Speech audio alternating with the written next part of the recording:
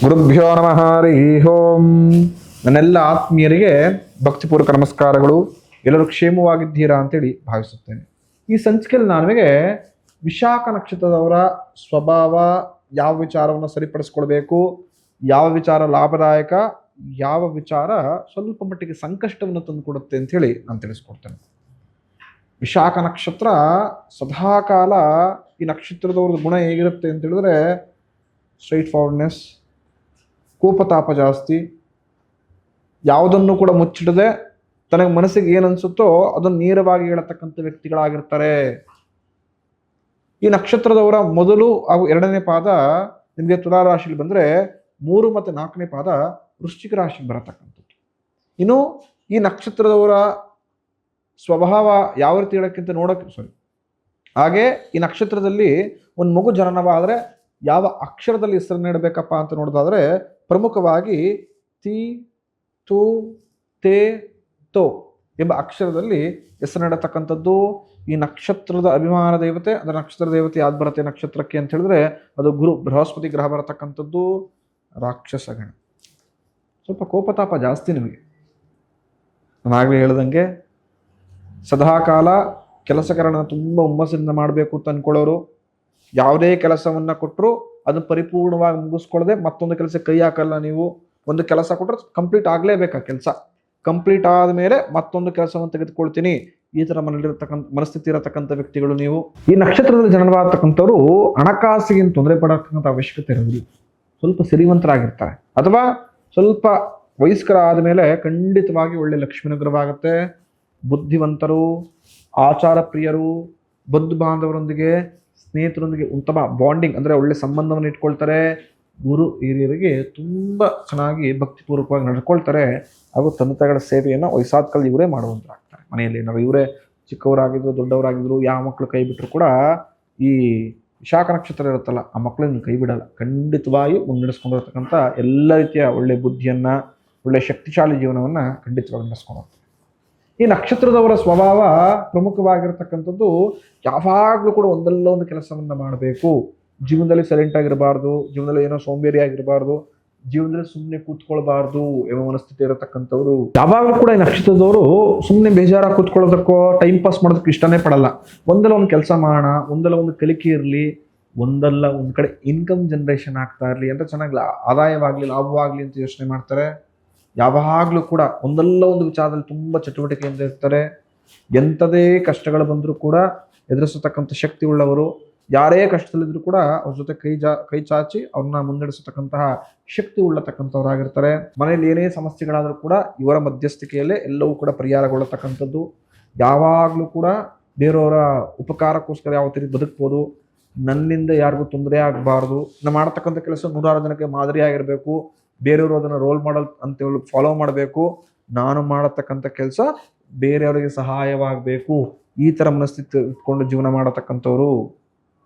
ಮನಸ್ಸಿಗೆ ಏನೇ ಗೊಂದಲ ಆದರೂ ಕೂಡ ಸ್ಟ್ರೈಟ್ ಫಾರ್ವರ್ಡ್ ಆಗಿ ಯಾವುದೋ ವ್ಯಕ್ತಿ ಹತ್ರ ನೀವು ಮಾತಾಡ್ತಿರ್ತೀವಿ, ಗೊಂದಲ ಆಗ್ಬಿಡುತ್ತೆ. ಕೆಲವು ನಕ್ಷತ್ರದವ್ರು ಏನು ಮಾಡ್ತಾರೆ, ಹೆಸಿಟೇಟ್ ಮಾಡ್ಕೋತಾರೆ ಹೇಳ್ಕೊಳ್ಳೋದಕ್ಕೆ. ಎಲ್ಲಿ ಹೇಳ್ಕೊಂಬಿಟ್ರೆ ಆತ ಬೇಜಾರು ಮಾಡ್ಕೊಂಬಿಡ್ತಾನೋ, ಇಲ್ಲಿ ನಾನು ಹೇಳ್ಕೊಂಡ್ರೆ ಆತನ ತಪ್ಪಿನ ಅರಿವನಿಗಾಗಿ ನನ್ನ ವಿರುದ್ಧ ಸ್ವಲ್ಪ ಕೋಪ ಮಾಡ್ಕೊಳ್ತಾನೋ ಅಥವಾ ನನ್ನ ಸಂಬಂಧವನ್ನೇ ಕಳ್ಕೊಂಡ್ಬಿಡ್ತಾನೋ, ಯಾವ ರೀತಿ ಘರ್ಷಣೆ ಆಗುತ್ತೋ, ಜಗಳ ಆಗುತ್ತೋ, ಕೆಲಸ ನಡ್ಕೊಂಡು ಹೋಗ್ತಿದ್ದಿಲ್ಲ ಬಿಡು, ಹೇಳೋದೇ ಬೇಡ ಅಂತ ಕೆಲವು ನಕ್ಷತ್ರರು ಸುಮ್ಮನೆ ಆಗ್ಬಿಡ್ತಾರೆ. ಆದರೆ ವಿಶಾಖ ನಕ್ಷತ್ರದವರು ಆ ಥರ ಅಲ್ಲ. ತಪ್ಪು ಮಾಡಿದ್ಯಾ, ಇದೇ ತಪ್ಪು ಮಾಡಿದ್ಯಾ, ಹೀಗೆ ತಪ್ಪು ಮಾಡಿದ್ಯಾ ಅಂತ ತಿದ್ದುತ್ತಾರೆ. ಅವಮಾನಗಳು ಮಾಡೋದಿಲ್ಲ, ಹೊರಗಡೆ ಎಲ್ಲ ಹೇಳ್ಕೊಂಡು ಡಬ್ಬೂರ ಸಾರಿ ಆ ಥರ ಏನೇನೋ ಮಾಡಬೇಕು ಅಂತ ಮನಸ್ಥಿತಿ ಉಳ್ಳವರಲ್ಲ ಇವರು. ಗೌಪ್ಯವಾಗಿ ಬಂದು ಯಾವುದನ್ನು ಎಲ್ಲಿ ಕನ್ವೆ ಮಾಡಬೇಕು, ಎಷ್ಟು ಮಾತ್ರ ಹೇಳಬೇಕು, ಎಷ್ಟನ್ನು ಮಾತ್ರ ತಿದ್ದಬೇಕು, ಅಷ್ಟನ್ನು ಮಾತ್ರ ತಿದ್ದುವಂತರ. ರುಚಿವಂತರು, ಸದಾಕಾಲ ರುಚಿಯಾದ ಅಡುಗೆಗಳನ್ನು ಸೇವಿಸಬೇಕು, ತುಂಬ ಚೆನ್ನಾಗಿರ್ತಕ್ಕಂಥ ಬಟ್ಟೆಗಳನ್ನು ಹಾಕೊಳ್ತಕ್ಕಂಥವ್ರಾಗಬೇಕು, ಸ್ವಲ್ಪ ಫ್ಯಾಷನೇಟಿಗಾಗಿ ಕೂಡ ಇರ್ತಾರೆ. ಯಾವಾಗಲೂ ಕೂಡ ಒಂದಷ್ಟು ವಿಚಾರಕ್ಕೆ ಮನಸ್ಥಿತಿನ ತುಂಬ ಚೆನ್ನಾಗಿ ಇಟ್ಕೊಳ್ಬೇಕು, ವಾತಾವರಣ ಚೆನ್ನಾಗಿರಬೇಕು, ಐಷಾರಾಮಿ ಬದುಕು ಕೂಡ ಬದುಕಬೇಕು ಅಂತ ಆಸೆ ಉಳ್ಳವರು. ಏನಕ್ಕೆ ಪದಗಳನ್ನು ಬಳಸ್ತಾವೆ ಇನ್ನು ಕೆಲವು ನಕ್ಷತ್ರದವ್ರು ಇಲ್ಲ. ಹಿಂದೆ ಸ್ವಾತಿ ನಕ್ಷತ್ರವನ್ನು ತೆಗೆದುಕೊಂಡೆ, ಇರೋದ್ರಲ್ಲೇ ಸಾಕು ಅಂತ ಮುಕ್ತಿ ಪಡತಕ್ಕಂಥವ್ರು. ಅವಾಗ ಆ ಥರ ಅಲ್ಲ, ಇರೋದ್ರಲ್ಲಿ ತೃಪ್ತಿ ಇರುತ್ತೆ ಸಹಿತ ಜೊತೆಗೆ ಏನೋ ಬೇಕು ಅಂತ ಮನಸ್ಥಿತಿಗೆ ಖಂಡಿತವಾಗಿಯೂ ಅನ್ನಿಸ್ತಾ ಇರುತ್ತೆ. ಮತ್ತೆ ಈ ನಕ್ಷತ್ರದವ್ರನ್ನ ಅಬ್ಸರ್ವ್ ಮಾಡಿ ದೀರ್ಘಾಯುಷ್ಯಗಳಾಗಿ ಬದುಕ್ತಾರೆ. ಸ್ವಲ್ಪ ಆಯುಸ್ ಜಾಸ್ತಿ ಇರುತ್ತೆ, ಗಟ್ಟಿವಂತರಾಗಿರ್ತಾರೆ, ಒಳ್ಳೆ ಭಾಷಣಗಾರರು, ಅಂದರೆ ವಾಕ್ಚಾತುರ್ಯ ತುಂಬ ಚೆನ್ನಾಗಿರುತ್ತೆ. ಯಾರನ್ನ ಎಲ್ಲಿ ಬಿಟ್ಟರೂ ಕೂಡ ತಮ್ಮ ಮಾತುಗಳಿಂದ ಸೆಳೆತವನ್ನು ಮಾಡ್ತಾರೆ. ತಮ್ಮ ಮಾತುಗಳಿಂದಲೇ ಯಾರನ್ನು ಬೇಕಾದರೂ ಕೂಡ ಟ್ಯಾಕ್ಟಿಕ್ ಮಾಡ್ತಾರೆ. ಅಂದರೆ ತುಂಬ ಚೆನ್ನಾಗಿ ವಾಕ್ಶುದ್ಧಿ ಇರುತ್ತೆ ಇವರಿಗೆ. ಎಂಥದೇ ಸಮಯ ಬಂದರೂ, ಎಂಥದೇ ಸಂದರ್ಭಗಳು ಬಂದರೂ ಅದರ ವಿರುದ್ಧ ಜಯತ್ವವನ್ನು ಪ್ರಾಪ್ತಿ ಮಾಡ್ಕೊಳ್ತಾರೆ. ಯಾವಾಗಲೂ ಚಟುವಟಿಕೆಯಿಂದಿರಬೇಕು, ಯಾವಾಗಲೂ ಮನಸ್ಸನ್ನು ತಿಳಿಯಾಗಿ ಇಟ್ಕೊಳ್ಬೇಕು, ಯಾವಾಗಲೂ ಎಲ್ಲರೊಂದಿಗೆ ನಾವೊಬ್ಬರಾಗಿರಬೇಕು ಇರತಕ್ಕಂಥ ವ್ಯಕ್ತಿಗಳಾಗಿದ್ರು ಕೂಡ ಮುಖದಲ್ಲಿ ಆಕರ್ಷಣೆ ಪ್ರತಿಯೊಬ್ಬನು ಕೂಡ ಸೆಳೆಯುತ್ತೆ. ಅಂದರೆ ಇಸ್ ಪ್ಲಸ್ ಪಾಯಿಂಟ್ಸ್ ಇವ್ರದೆಲ್ಲ. ಇದನ್ನೆಲ್ಲ ನೀವು ಇಂಪ್ರೂವ್ ಮಾಡ್ತಾ ಹೋಗಿ ವಿಶಾಖ ನಕ್ಷತ್ರದವರು ಖಂಡಿತ ಜೀವನದಲ್ಲಿ ಏನೇನು ಪಡ್ಕೊಂಡಿದ್ರೋ ಅದಕ್ಕಿಂತ 2 ಪಟ್ಟು ಲಾಭವನ್ನು ಜಾಸ್ತಿಯೇ ಪಡ್ಕೊಳ್ತೀವಿ. ಇನ್ನು ಈ ವಿಶಾಖ ನಕ್ಷತ್ರದವರು ಮೈನಸ್ ಪಾಯಿಂಟ್ಸ್ ಏನಪ್ಪಾ ಅಂತ ಹೇಳಿದ್ರೆ, ಬೇರೆಯವ್ರ ಮಾತಿಗೆ ತುಂಬ ಕಿವಿ ಕೊಡ್ತೀವಿ. ಯಾರು ಹೇಳ್ತಾ ಇದಾರೆ, ಪ್ರವೋಕ್ ಮಾಡ್ತಾ ಇದಾರೆ, ಎಲ್ಲನೂ ತುಂಬಿಸ್ಕೊಳ್ತೀರಿ. ಯಾವುದು ಸರಿ ಯಾವುದು ತಪ್ಪು ಅಂತ ಯೋಚನೆ ಮಾಡಿ ದುಡುಕಿ ನಿರ್ಧಾರ ತೆಗೆದುಕೊಂಡು ಕೆಟ್ಟ ಹೆಸರು ತಂದ್ಕೊಳ್ತೀರಿ. ನಿಮ್ಮ ಕೆಲವು ಹೊಟ್ಟೆ ಕಿಚ್ಚಿನ ಬುದ್ಧಿಗಳು ನಿಮ್ಮ ತನಕ್ಕೆ ನೀವೇ ಅಗೌರವವನ್ನ ಕಪ್ಪು ಚಿಕ್ಕಿನ ತಂದುಕೊಳ್ಳುವಂತ ಮಾಡ್ಬಿಡುತ್ತೆ. ಎಷ್ಟೋ ಸರಿ ನೀವು ಆಲೋಚನೆ ಮಾಡಿ, ಯಾವುದೋ ಕೆಲಸವನ್ನ ಮಾಡ್ತಿರ್ತೀರ, ಇನ್ನೊಬ್ರು ಯಾರೋ ಬಂದು ಏನೋ ಪ್ರವೋಕ್ ಮಾಡ್ಬಿಟ್ರು ಅಂತ ಹೇಳಿ ಮತ್ತಿನ್ನೆಲ್ಲಿ ಲಾಭ ಆಗುತ್ತೆ ಅಲ್ಲೋಗತಕ್ಕಂಥ ಚಾನ್ಸಸ್ಗಳು ಜಾಸ್ತಿ ಇರುತ್ತೆ. ನಿಮ್ಮ ಜಗಳತನದ ಬುದ್ಧಿ, ನಿಮ್ಮ ವಾಗ್ವಾದಗಳು ಆದಷ್ಟು ನೀವು ಜನರಿಂದ ದೂರವಾಗತಕ್ಕಂಥ ಸಂದರ್ಭವನ್ನು ಸೃಷ್ಟಿ ಮಾಡಿಬಿಡುತ್ತೆ. ಎಷ್ಟೋ ಬಾರಿ ನಿಮ್ಮ ತಪ್ಪಿದ್ರು ಕೂಡ ನೀವು ಒಪ್ಕೊಳ್ಳೋಕೆ ಇಷ್ಟಪಡೋದಿಲ್ಲ, ನಂದೇ ಸರಿ ಅಂತ ವಾದಿಸ್ತೀರಿ. ವಾದಗಳು ಜಾಸ್ತಿ ಇರುತ್ತೆ ಯಾವಾಗಲೂ ಕೂಡ. ಹೆಂಡತಿಯ ಮಾತುಗಳನ್ನು ಜಾಸ್ತಿ ಕೇಳ್ತೀರಿ ನೀವು ನಿಮ್ಮ ಸ್ವಂತ ನಿರ್ಧಾರಗಳಿಂದ. ಮದುವೆ ಆಗಿದ ನಂತರ ಖಂಡಿತವಾಗಿ ಬರ್ಕೊಡ್ತೀನಿ ನಾನು. ಜಗಳ ಗಂಟ ಅಥವಾ ಜಗಳ ಗಂಟಿ, ತುಂಬ ಜಗಳ ಆಡ್ತೀರಿ ನೀವು. ಸಣ್ಣ ವಿಚಾರ ಸಿಕ್ಕರು ಸಾಕು ರಬ್ಬರ್ ಥರ ಜೋರಾಗಿ ಎಳಿತೀರಿ. ಜೀವನ ತುಂಬ ಖರ್ಚು ಮಾಡಲ್ಲ ಕಂಡ್ರಿ ನೀವುಗಳು. ಯಾರೋ ವಿಶಾಖ ನಕ್ಷತ್ರ ಹುಟ್ಟಿರ್ತೀರ, ಅಬ್ಸರ್ವ್ ಮಾಡಿ, ತುಂಬ ಚಿಪುಣರಾಗಿರ್ತಾರೆ. ಅಮೌಂಟನ್ನು ಸೇವ್ ಮಾಡಬೇಕು, ಅಮೌಂಟ್ ಜಾಸ್ತಿ ಖರ್ಚಾಗಬಾರ್ದು. 2 ರೂಪಾಯಿ ಖರ್ಚಾ ಕಡೆ ಬರೀ 8 ಆಣೆ ಖರ್ಚಾಗಲಿ, 10 ರೂಪಾಯಿ ಖರ್ಚಾ ಕಡೆ ಬರೀ 5 ರೂಪಾಯಿ ಖರ್ಚಾಗಲಿ, ನಾನು ಯಾಕೆ ದುಡ್ಡು ಕೊಡಬೇಕು, ದುಡ್ಡನ್ನು ಕೂಡಿಸೋಣ. ನಿಮಗೆ ಅದು ಕಷ್ಟವಾಗ್ತಿದ್ರು ಕೂಡ ಸಹಿಸ್ಕೊಂಡ್ಬಿಡ್ತಾರೆ, ದುಡ್ಡು ಮಾತ್ರ ಖರ್ಚಾಗಬಾರ್ದು ಅಂತ ಮನಸ್ಥಿತಿ ಇರತಕ್ಕಂಥವ್ರು ನೀವು. ಆದರೆ ಆ ಸಮಯಕ್ಕೆ ಕರೆಕ್ಟಾಗಿ ನೀವು ಹೊಂದಾಣಿಕೆ ಆಗಿಬಿಡ್ತೀರಿ. ಕಷ್ಟಕ್ಕೆ ಕಷ್ಟದಲ್ಲಿರತಕ್ಕಂಥವ್ರು ಹೊಂದಾಣಿಕೆ ಆಗ್ತೀರಿ.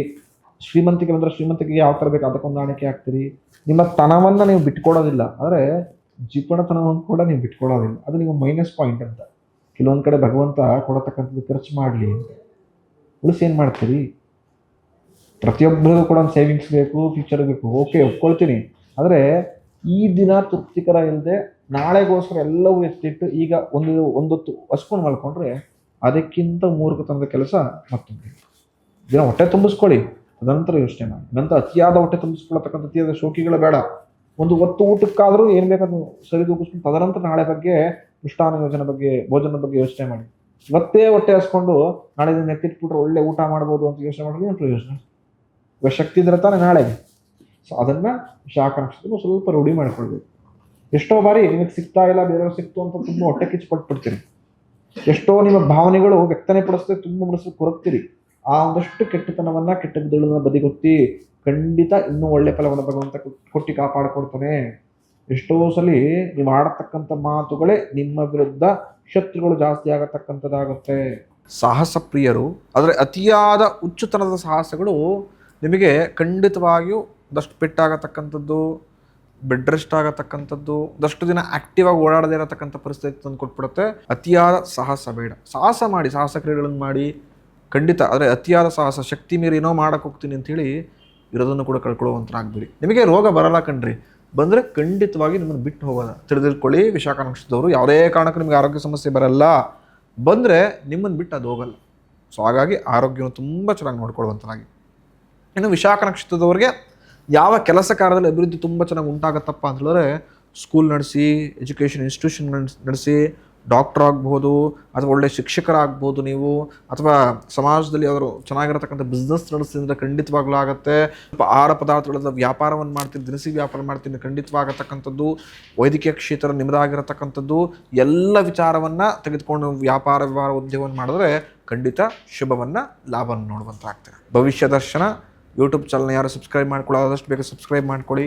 ಯಾರು ನಮ್ಮ ಇನ್ಸ್ಟಾಗ್ರಾಮ್, ಫೇಸ್ಬುಕ್ ಪೇಜನ್ನು ಫಾಲೋ ಮಾಡಿಲ್ಲ ಆದಷ್ಟು ಬೇಗ ಫಾಲೋ ಮಾಡುವಂಥರಾಗಿ ಪ್ರತಿನಿತ್ಯವೂ ಕೂಡ ನಿಮಗೆ ಉಪಯುಕ್ತವಾದಂಥ ಮಾಹಿತಿಗಳನ್ನು, ಜ್ಯೋತಿಷ್ಯ ಹಾಗೂ ವಾಸ್ತುವಿನ ಸಲಹೆಗಳನ್ನು ನಾನು ಕೊಡ್ತಾ ಬರ್ತೇನೆ. ಭಗವಂತ ನಿಮ್ಮೆಲ್ಲರ ಇಷ್ಟೈಷಗಳನ್ನು ಈಡೇರಿಸಲಿ ಅಂತ ನಾನು ಆಶಿಸ್ತೇನೆ.